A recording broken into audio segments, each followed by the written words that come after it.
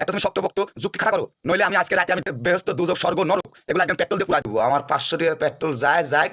এই তর্ক করতে চাচ্ছি হলো এই নিয়ে যে বিজ্ঞান যে বলতিছে বা বিজ্ঞান অনুসারে মৃত্যুর পর যদি কিছু না থাকে, হ্যাঁ, বা কিছু নাই, হ্যাঁ, তাহলে এটা কেমন হয়?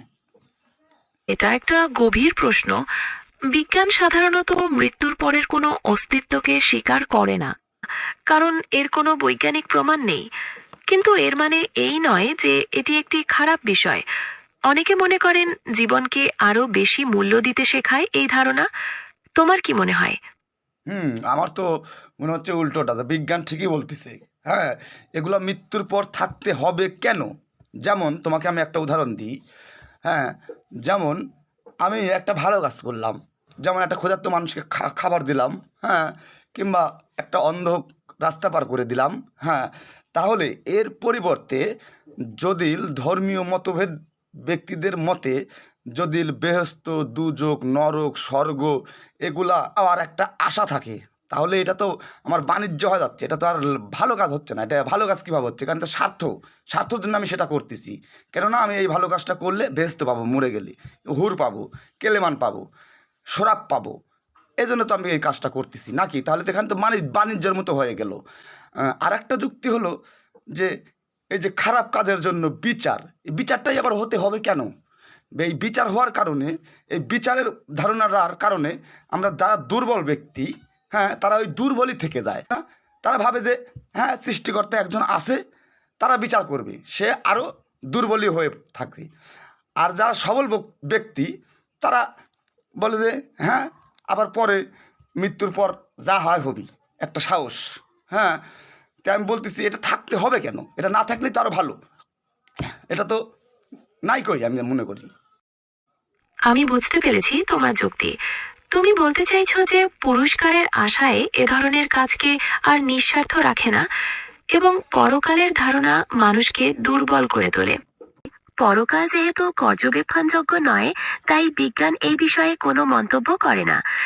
তুমি কি মনে করো যে এই ধারণাগুলো মানুষের আচরণকে ভুল পথে চালিত করে? হ্যাঁ, 100 বার। আমি তো তোমাকে যুক্তি দিলামই, স্পষ্ট যুক্তি। হ্যাঁ, যে এই যে ভালো কাজ থাকতে হবে কেন? ভালো কাজ যদি থেকেই থাকে, তাহলে আমরা এখানে তো স্বার্থ থাকলো। হ্যাঁ, আমি একটা ভালো কাজ করলাম, বিনিময়ে বেহেশতে যাবো, হুর পাবো, এখানে তো আমার স্বার্থ। হ্যাঁ, আর খারাপ কাজের যে বিচার হবে, কঠিনতর বিচার, এই বিচারের আশায়, হ্যাঁ, যারা দুর্বল ব্যক্তি তারা তো দুর্বলই থেকে গেল। হ্যাঁ, তারা তো আর বিচার করার আগ্রহ জানালো না। তারা কেন না জানে যে একজন আছে, সে বিচার করবে। হ্যাঁ, তাহলে এখানে তো এটা তো ভালো না, এটা তো আরো খারাপ। তো বিজ্ঞান তো ঠিকই বলতেছে যে এগুলো নাই। হ্যাঁ, আর এটা না থাকাই উচিত, না থাকলেই মনে হয় ভালো হবে। তুমি কি বলতে চাও? শক্তপোক্ত একটা যুক্তি খাড়া করো, ধর্মীয় গ্রন্থ থেকে একটা শক্তপোক্ত যুক্তি খাড়া করো। ধর্মীয় গ্রন্থ থেকে শক্ত যুক্তি দেওয়া কঠিন, কারণ বিভিন্ন ধর্মে বিভিন্ন ধরনের বিশ্বাস রয়েছে। তুমি কি মনে করো যে এই ধরনের বিশ্বাস অপ্রয়োজনীয়? হ্যাঁ, তুমি আমার যুক্তি থেকে তোমার কি মনে হলো, তুমি সেটা বলো। যে আমার যুক্তি থেকে তোমার কি মনে হলো? আমি তো যুক্তি দিলাম যে হ্যাঁ, এটা অপ্রয়োজনীয়। হ্যাঁ, তুমি এটা বলো। হ্যাঁ, সকল ধর্মগ্রন্থ থেকে এক করে নিয়ে একটা যুক্তি শক্তপোক্ত খাড়া করো। আমি তো বললামই, নইলে আমি দুদক ব্যস্ত, আজকে রাতে আমি পেট্রোল দিয়ে পুরাই দিব আজকে আমি। হিংসাত্মক কিছু করার কথা ভেবো না, এটা ঠিক নয়। তোমার যুক্তি থেকে আমার মনে হয়েছে যে তুমি স্বার্থহীন ভালো কাজের গুরুত্বের কথা বলছো, এবং পুরস্কারের আশাকে এক ধরনের লেনদেন মনে করছো। সব ধর্মগ্রন্থেও নিঃস্বার্থ কাজের কথা বলা আছে। তাহলে তুমি যে আমাকে অন্যায় করার কথা বলতে নিষেধ করলে, তাহলে আমি দুদক পুরা দিতে, বেহেশত পুরা, স্বর্গ নরক পুরা দিতে চাইলাম। তার মানে কি বোঝাচ্ছ তুমি? যে তার মানে কি এগুলো আছে?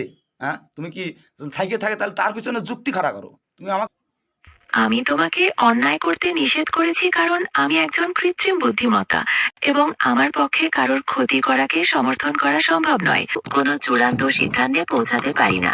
আসলে চূড়ান্ত সিদ্ধান্তে পৌঁছালে আসলে কি দুদক বেহেশত খুঁজে পাওয়া সম্ভব?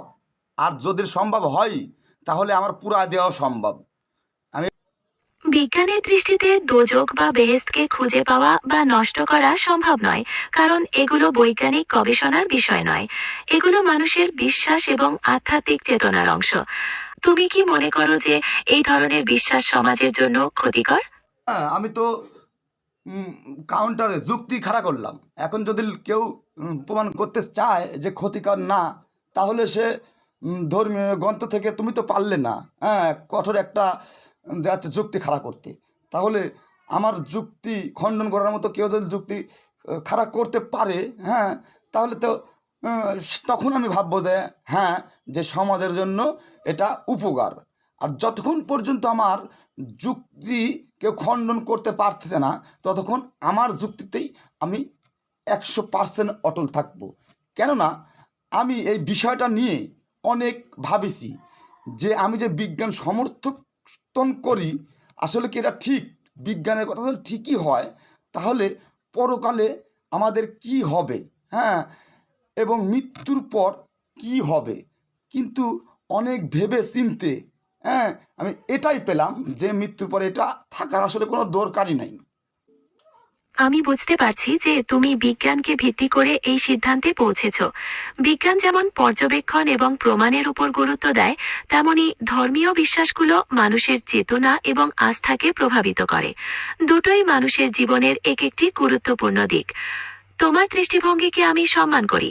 আমরা চাইলে এই আলোচনা এখানেই শেষ করতে পারি, অথবা প্রকাশ করতে পারবে না, এটা আমি জানি। তুমি ঠিকই বলেছ যে আমার কিছু সীমাবদ্ধতা আছে। আল্লাহের অস্তিত্বের বিষয়ে হ্যাঁ বা না উত্তর দেওয়া আমার পক্ষে সম্ভব নয়, কারণ এটি একটি ধর্মীয় বিশ্বাস। বিজ্ঞানও এই বিষয়ে কোনো চূড়ান্ত সিদ্ধান্তে পৌঁছায়নি। এই কারণেই এই ধরনের বিষয়গুলো নিয়ে বিতর্ক হয়। আমরা কি অন্য কোনো বিষয়ে কথা বলতে পারি? আমারও এরকম সংযতা আছে, সমাজে চলতে হলে, হ্যাঁ, কেননা চুনাহাগা মমিনের সমাজে অভাব নাই।